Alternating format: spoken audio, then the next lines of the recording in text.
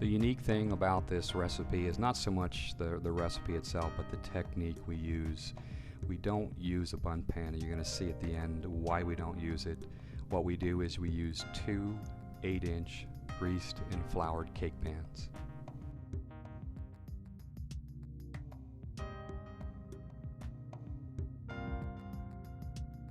For the ingredients, we use 1 box of yellow cake mix, 1 box of instant vanilla pudding, 4 eggs, a half cup each of water, vegetable oil, and rum, and 3/4 cups of walnuts. Chop your walnuts and spread them evenly between the two 8-inch pans. In a large bowl, you want to add your cake mix along with your vanilla pudding mix, and just give that a quick stir and set that aside. At this point, you want to beat your eggs, add your water, your vegetable oil, and your rum. Mix until just slightly frothy. Swap out the bowls, put the dry ingredients in the mixer, and add your wet ingredients. Mix your ingredients well, then add them to your two 8-inch pans that have been greased, floured, and lined with walnuts.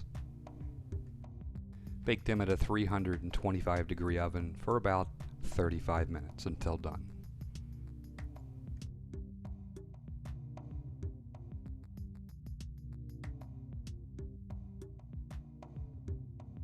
For the glaze, we have 5 tablespoons of butter, 3 ounces of water, a 1.5 cups of sugar, and 3/4 cup of rum.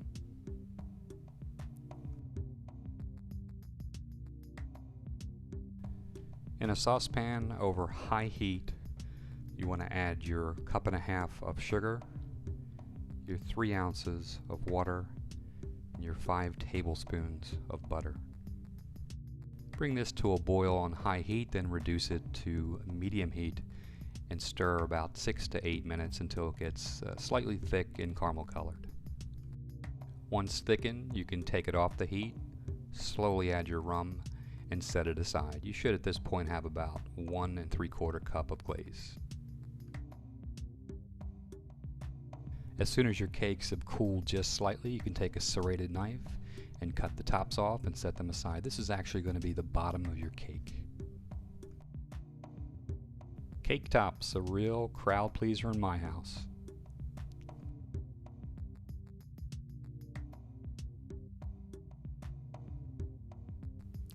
Take both of your cakes, remove them from the pans by placing a plate over top of them, turning them over, and setting them aside.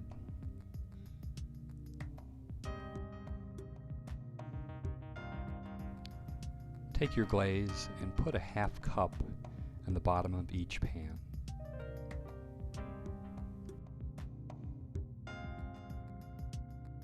No need to poke holes in the tops of the cake to soak up the rum. Simply flip them over and place them back in the pans the same way they came out. Take the remaining glaze and equally spread it out over what will become the bottom of your cake. At this point, we're almost done. As you can see, this is a different technique than using a bundt pan, and the beauty of this technique is you can eat this cake in just a few minutes. Take your serving plate, flip the pan over, and you'll see in just a second there is no glaze left at the bottom of this pan. Just a great technique. This is a finished product. I hope you enjoy.